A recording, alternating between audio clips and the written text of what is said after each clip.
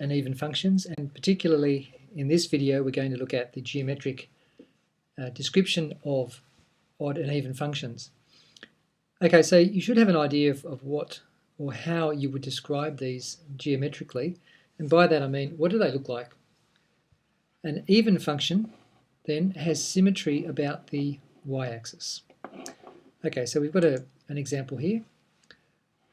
Okay, so everything about the y-axis is even on one side and even on the other. So in other words, if I go up to 10 and go across to 10 here, so I've gone out by 4, I go up by 10. But if I go out by 4 in the opposite direction, I end up with the same value. And that's what evenness is about in terms of functions. That if we go out evenly from the y-axis, I get the same answer. Now it doesn't matter what orientation the graph has. Here is a concave down parabola. If I asked you, well, what's the difference between the coefficients of the concave up and the concave down parabola, you would hopefully straight away say, well, one's negative and one's positive.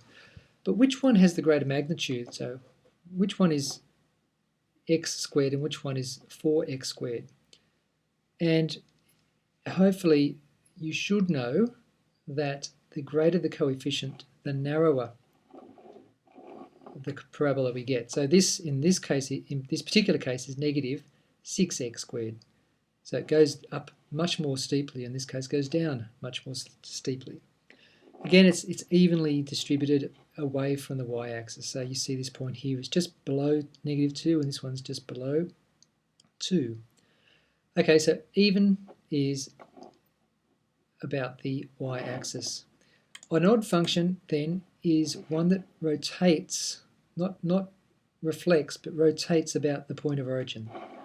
So here is an example, no, sorry, not that one, this one, where what we see is that if we rotated this section around the point of origin, it would end up being back here, up towards infinity. So you see that sort of thing, and this is a cubic function, so it's got 2 turning points. Y equals x cubed is the simplest of our odd functions, but anything that has a turning point, well, not, sorry, that's the wrong word, a point of symmetry, a rotational point about the origin. Here's another example, sorry, get rid of that, okay, which goes through the origin. Is it or is it not? Well, is it an odd function, even function, or neither? Well, it certainly goes through the point of origin, which doesn't make it even or odd in its own right. But what happens? We see a reflection about the y-axis here. So as tempting as it might be to think about this as odd, it's not. It's actually an even function. And again, if I go to 20 and I go out that far, which is about 2-ish, maybe a bit more, and go out here from 20 and go up there to about 2-ish, so there's an even function. Okay, and just quickly, anything else that's not, not on the axis or not about the axis, such as this one here, is what we would call neither. Okay, its origin, its symmetry is around this point here.